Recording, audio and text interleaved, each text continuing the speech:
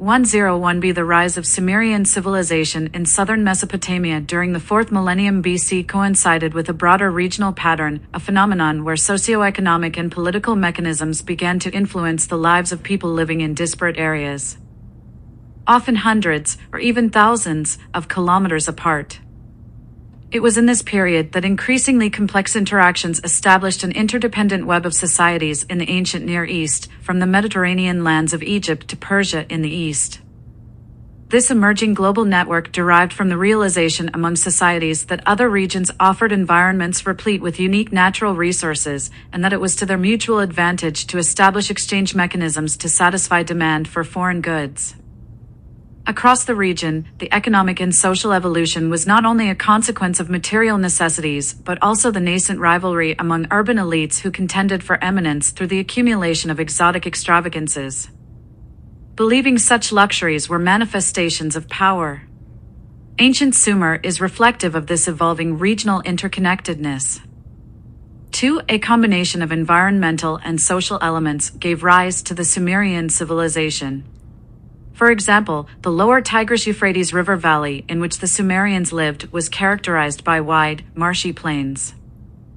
The plains were excellent for agriculture because rivers brought fertile soil to the alluvial valleys from the highlands, and people farmed the land by diverting river water into canals to irrigate their crops. However, the region was not rich in natural resources, was abundant in the hills of northern Mesopotamia, was scarce in Sumer, and although 03 the Sumerians were able to produce surpluses of barley, wheat, and dates, 03 valuable gemstones were relatively absent in the area. And they were 03 forced to trade for these and other items like frankincense and limestone.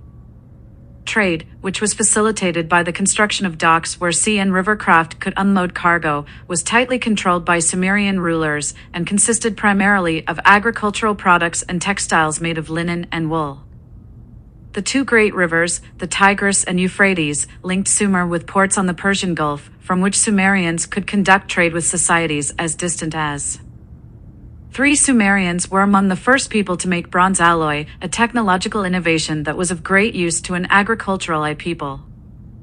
The alloy was strong and far less brittle than iron, and it was especially useful for taxing jobs. It was applied to agriculture by way of the metal-tipped plow, an instrument that was durable enough to handle repeated use and could be pulled by oxen to turn the soil in a fraction of the time necessary with 05 antecedent technologies, such as primitive handheld hoes and sharpened wooden sticks. Combined with irrigation canals, these plows drastically expanded agricultural production capacity, leading to sizable yields.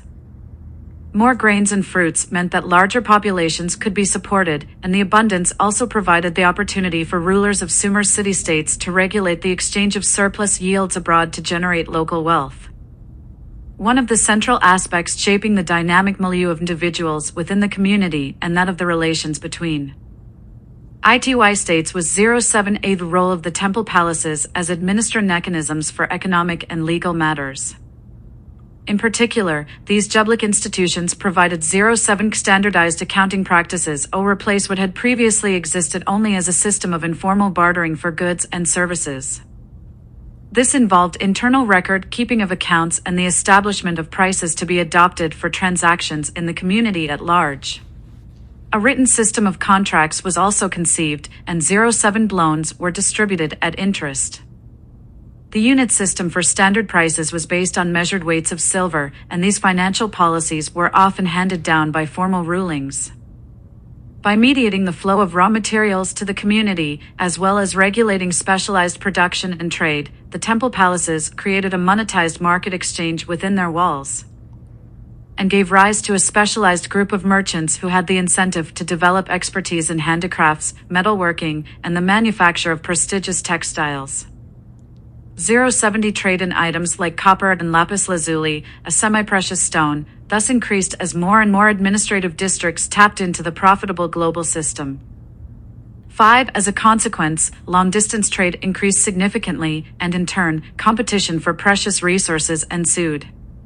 This resulted in disputes and a period of general unrest between neighboring states. Skirmishes sometimes broke out as tensions mounted, and people looked to military leaders for protection. City-states that could raise strong armies had an obvious advantage in this race to control the region's raw materials and access to precious water resources and valuable trade routes. Despotic kings emerged, claiming authority from the gods for their rule, and those that were able to successfully defend the city from invasion sometimes derived enough political strength to assimilate neighboring regions under their control. Some of these city-states, such as Uruk and Lagash, experienced